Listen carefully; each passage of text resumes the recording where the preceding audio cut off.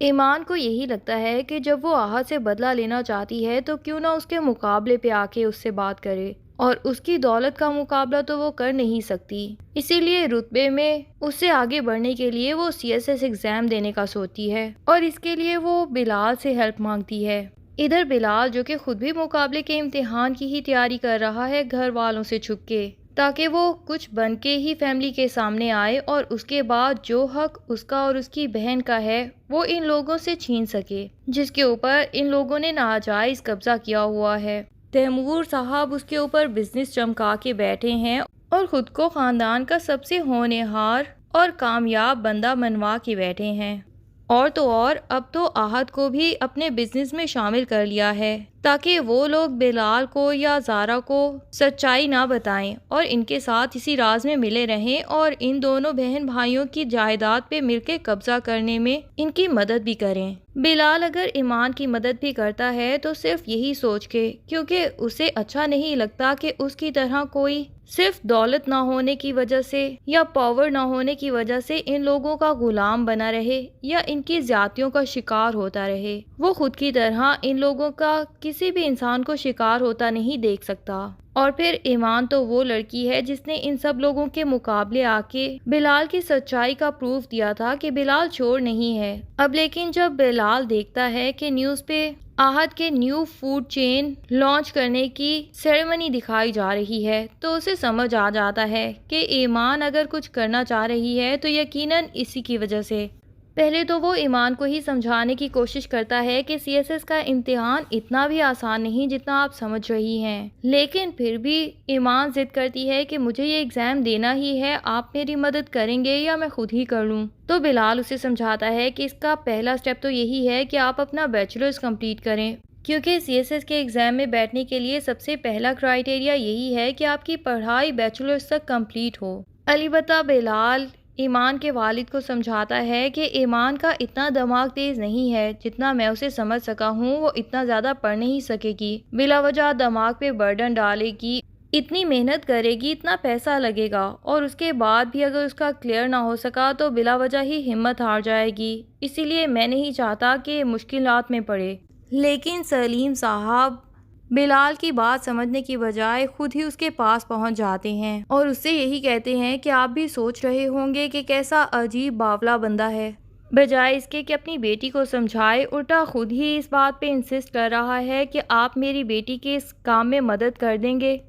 بلال بھی انہیں سمجھانے کے لیے ایک مثال دیتا ہے کہ اگر پہاڑ کو کھودنا آپ کا موٹیو ہو لیکن پہاڑ سے راستہ نکالنا بھی ممکن ہو تو انسان کو یہی چاہیے کہ پہاڑ سے راستہ نکال لے۔ دوسری طرف لیلا کو تو ردا بالکل پسند نہیں، اسپیشلی اس بات کی وجہ سے بھی کہ وہ تیمور کے دوست کی بہن ہے۔ وہ نہیں چاہتی کہ اس طرح کا کوئی رشتہ تیمور کے دوست کی بہن سے اس کے بھائی کا جڑ جائے، تو وہ اپنی ماں سے یہی کہتی ہے کہ جلد بازی میں آپ شاید غلط فیصلہ لے رہی ہیں۔ ردا آہت کے مقابلے میں اتنی بھی اچھی نہیں ہے کہ آپ اسے اپنی بہو بنا کے ہی اس گھر میں لے آئیں، لیکن آہت کی ماں تو یہی چاہتی ہے کہ آہت جلد از جلد ردا سے شادی کر لے، کیونکہ وہ نہیں چاہتی کہ کسی کمزور لمحے میں آہت کے دل میں ایمان کی محبت دوبارہ سے تازہ ہو جائے اور پھر ایمان سے باتیں کرنے کے بعد اسے پتہ چل جائے کہ ایمان نے کہیں پہ بھی کوئی جھوٹ نہیں بولا اور پھر وہ ایمان کو ہی اس گھر کی بہو بنا کے لے آئے۔ اسی لیے وہ لیلا کو سمجھاتی ہے کہ میں چاہتی ہوں کہ آہت جلد از جلد کسی نہ کسی رشتے میں بن جائے، اس سے پہلے کہ وہ مکر جائے ہمیں اس کی شادی کروا دینی چاہیے، اور تم یہ باتیں آہت کے سامنے تو بالکل مت کرنا، ویسے بھی وہ تمہاری مانے بغیر کوئی بھی فیصلہ لیتا نہیں تو یقیناً تم سے ردا کے بارے میں اپنی چوائس پوچھے گا ضرور۔ تو آہت جب ردا کے بارے میں اپنی بہن لیلا سے مشورہ کرتا ہے تو لیلا بھی کہہ دیتی ہے کہ ویسے تو مجھے ردا کے بارے میں کوئی انٹرسٹ نہیں، لیکن اگر ایمان کی بات ہے تو ایمان کے مقابلے میں ردا کو دیکھا جائے تو زمین آسمان کا فرق ہے، ردا اس سے کہیں زیادہ اچھی لڑکی ہے۔ دوسری طرف تایا ابا نے تیمور اور زارا کو 2 ماہ کے ہنی مون ٹرپ پہ تو امریکہ بھیج دیا ہے، کیونکہ انہیں محسوس ہونے لگا ہے کہ زارا تھوڑی زیادہ ہی ہوشیار ہوتی جا رہی ہے اور اب وہ دستخط بھی کافی پیجز کو پڑھنے کے بعد ہی کرتی ہے۔ تائی امی بھی کہہ دیتی ہیں کہ کاش اچھا ہوتا اگر اس سے پہلے ہی یہ سارے کاغذات پہ دستخط کروا لیے جاتے، اب تو دن بہ دن وہ زیادہ ہی ہوشیار ہوتی جا رہی ہے۔ تو تایا ابو جب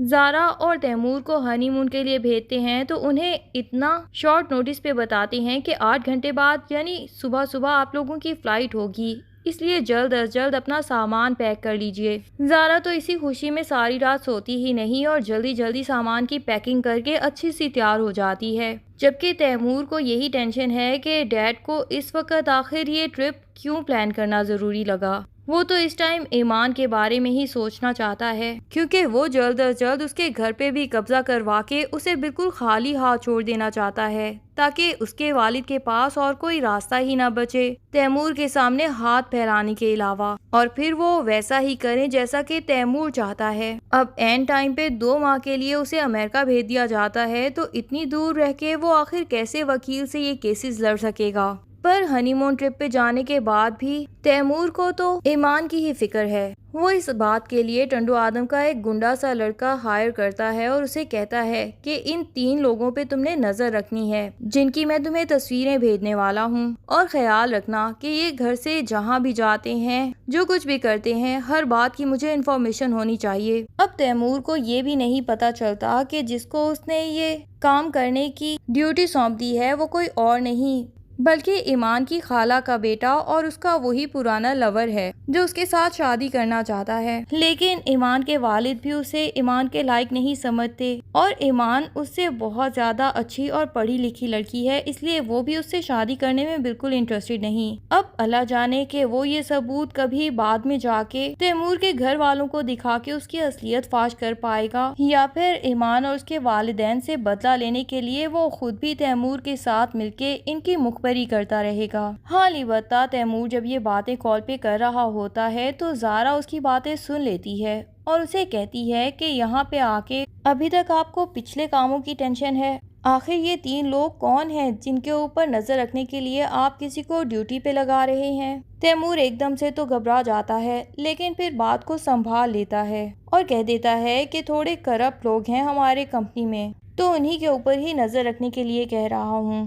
ادھر زارا، جس کو یہی لگ رہا ہے کہ شاید تایا اس کا رشتہ تیمور کے ساتھ زیادہ اچھا گزروانے کی وجہ سے تیمور کو اور اس کو ٹرپ پہ بھیج چکے ہیں، وہ نہیں جانتی کہ تایا کی نیت کیا ہے۔ وہ تو یہی چاہتے تھے کہ ساری رات زارا اپنی تیاری میں مگن رہے اور اس کے بعد ارلی مارننگ جلد بازی میں اسے یہی کہہ دیا کہ یہ ٹرپ پہ جانا مشکل ہے کیونکہ زارا نے دستخط کرنے ہوتے ہیں اور اس کے علاوہ یہ کام کوئی اور نہیں کر سکتا، اس لیے تیمور کو اکیلے ہی جانا پڑے گا، زارا اس کے ساتھ نہیں جا سکتی۔ اب زارا پوچھ لیتی ہے کہ اس کا کوئی بھی اور سولوشن نہیں، تو تایا ابو، جس نے بڑی ہی چالاکی سے پہلے ہی وکیل سے پاور آف اٹرنی کے پیپرز بنوائے ہوتے ہیں اور اسے بلوایا بھی ہوتا ہے، تو زارا کو یہی کہہ دیتے ہیں کہ یہ تو وکیل خود ہی پاور آف اٹرنی کے پیپرز بنوا لایا ہے، چلو تم راستے میں چلتے چلتے ان پہ دستخط کر دو، اور پھر اندھیرے گاڑی میں ہونے کا فائدہ اٹھاتے ہوئے وہ زارا کو پیپرز پڑھنے بھی نہیں دیتے اور اس سے پورے پیپرز کے اوپر سگنیچر کروا لیتے ہیں۔ اب کیا زارا کی ساری جائیداد کے اوپر یہ لوگ قبضہ کر کے اس سے جان چھڑوا لیں گے، یا پھر بلال پہنچ جائے گا زارا کی مدد کرنے کے لیے؟ یہ سب جاننے کے لیے ڈرامے کی نیکسٹ ایپیسوڈز کا انتظار کیجیے۔ تب تک کے لیے اللہ حافظ۔ ویڈیو پسند آئے تو لائک اینڈ کمنٹ ضرور کر دیں اور چینل کو سبسکرائب کرنا نہ بھولیے۔ Thank you.